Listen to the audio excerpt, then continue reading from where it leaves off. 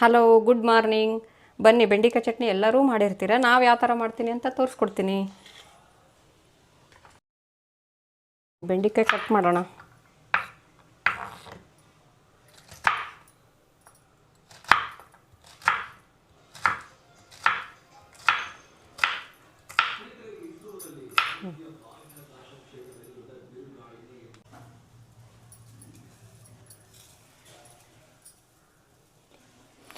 ಬೆಂಡೆಕಾಯಿ ಚಟ್ನಿಗೆಲ್ಲ ಚಿಕ್ಕದಾಗೆಲ್ಲ ಕಟ್ ಮಾಡ್ಕೊಂಡಿದ್ದೀನಿ. ಇವಾಗ ಹುರಿತಾ ಇದ್ದೀನಿ ನೋಡಿ. ಚಿಕ್ಕದಾಗಿ ಕಟ್ ಮಾಡ್ಕೋಬೇಕು ಹಿಂಗೆ.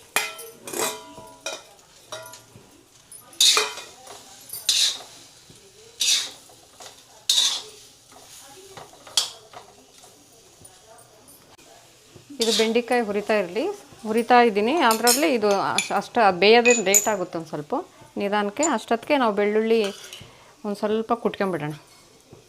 ಬೆಳ್ಳುಳ್ಳಿ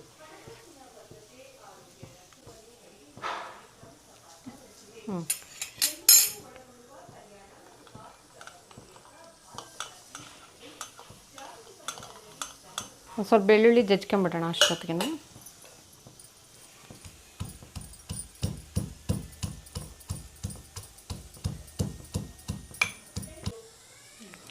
ಇದು ಜೀರಿಗೆ,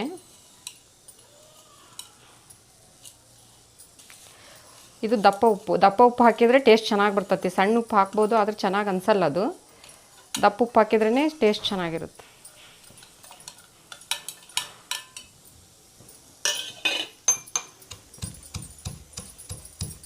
ಅದೊಂದು ಸ್ವಲ್ಪ ನಿಧಾನನೇ, ಅದು ಬೇಗ ಬೇಯಲ್ಲ. ಇವಾಗ ಒಂದು ಸ್ವಲ್ಪ ಆಯಿಲ್ ಒಂದು ಸ್ವಲ್ಪ ಹುರಿದಿದೆ.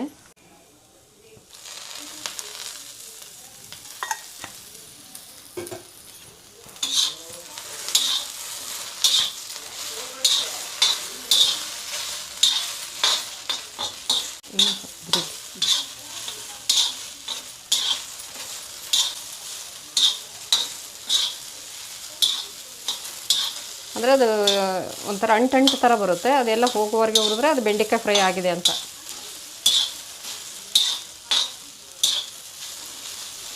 ಇನ್ನೊಂದು ಸ್ವಲ್ಪ ಹುರಿಲಿದು. ಅಷ್ಟರಲ್ಲೇ ಒಂದು ಸ್ವಲ್ಪ ಸೌತೆಕಾಯಿ ಕಟ್ ಮಾಡ್ಕೊಳ್ಳೋಣ. ಇವತ್ತು ರೊಟ್ಟಿ ಮಾಡ್ತಾಯಿದ್ದೀನಿ. ರೊಟ್ಟಿ ಜೊತೆಗೆ ಸೌತೆಕಾಯಿ, ಮೂಲಂಗಿ, ಕ್ಯಾರೆಟು, ಟೊಮೊಟೊ ಇದ್ರೇ ಚೆನ್ನಾಗಿ.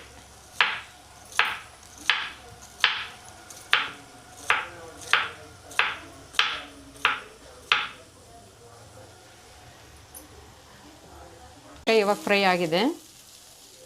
ಗ್ಯಾಸ್ ಆಫ್ ಮಾಡಿಬಿಡೋಣ. ಇದು ಒಂದು ಸ್ವಲ್ಪ ತಣ್ಣಗಾಗೋವರೆಗೆ ಬಿಡಬೇಕು. ಒಂದು ಸ್ವಲ್ಪ ತಣ್ಣಗಾದ್ರೇ ಬೆಂಡೆಕಾಯಿ ಚಟ್ನಿ ಉದುರಾಗಿ ಬರುತ್ತೆ. ಜಜ್ಕೊಂಡಿದ್ವಲ್ಲ ಬೆಳ್ಳುಳ್ಳಿ, ಜೀರಿಗೆ, ಉಪ್ಪು, ಅದನ್ನು ಇದಕ್ಕೆ ಹಾಕ್ಕೊಳ್ಳೋದು. ಇದಕ್ಕೆ ಹಸಿಮೆಣ್ಸಿನ್ಕಾಯಿ ಹುರ್ಕೊಂಡು ಹಾಕ್ಯಂತೀವಿ, ಆದರೆ ಅದು ಚೆನ್ನಾಗಾಗಲ್ಲ ಅಂಥೇಳಿ ಪೇಸ್ಟ್ ಮಾಡಿದ್ದೀನಿ ನಾನು. ಇವಾಗ ಆ ಪೇಸ್ಟ ಹಾಕ್ತೀನಿ ಇದಕ್ಕೆ. ಖಾರಕ್ಕೆ ನಿಮಗೆ ಎಷ್ಟು ಖಾರ ಬೇಕೋ ಅಷ್ಟು ಹಾಕ್ಕೊಳ್ಳಿ. ಅಂದರೆ ಬಾಯಿಗೆ ಸಿಗಲ್ಲ, ಮೆಣಸಿನ್ಕಾಯಿ ಹಾಕಿದರೆ ಬಾಯಿಗೆಲ್ಲ ಸಿಗುತ್ತಲ್ಲ, ಅದಕ್ಕೆ. ಇದನ್ನು ನೀವು ಮಿಕ್ಸಿ ಆದರೂ ಮಾಡ್ಕೋಬೋದು.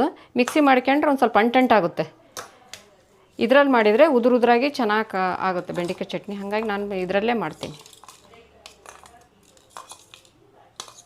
ನಾನು ಇದರಲ್ಲಿ ಚಾಪ್ ಮಾಡ್ತೀನಿ.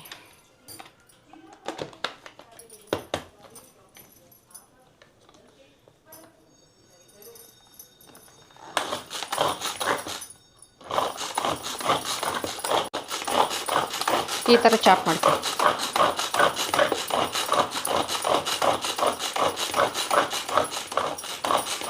ಆಗುತ್ತೆ ಚಾಪ್ ಮಾಡಾದ್ಮೇಲೆ.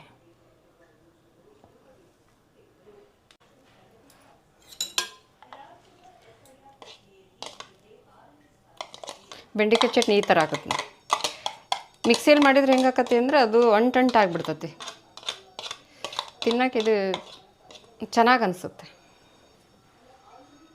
ನಾನು ರೊಟ್ಟಿ ಮಾಡಿಟ್ಕೊಂಡಿದ್ದೀನಿ. ಇವಾಗ ಬೇಯಿಸ್ತೀನಿ.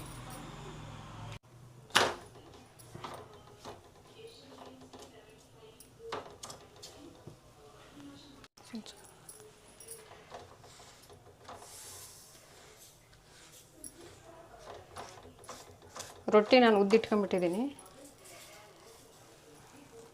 ಬಿಸಿ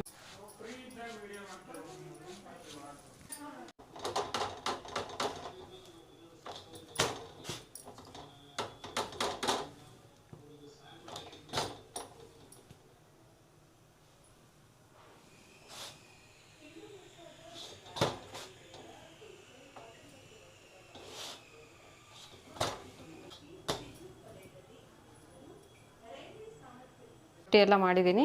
ಬೆಳಗಿನ ಬ್ರೇಕ್ಫಾಸ್ಟ್ ರೆಡಿ.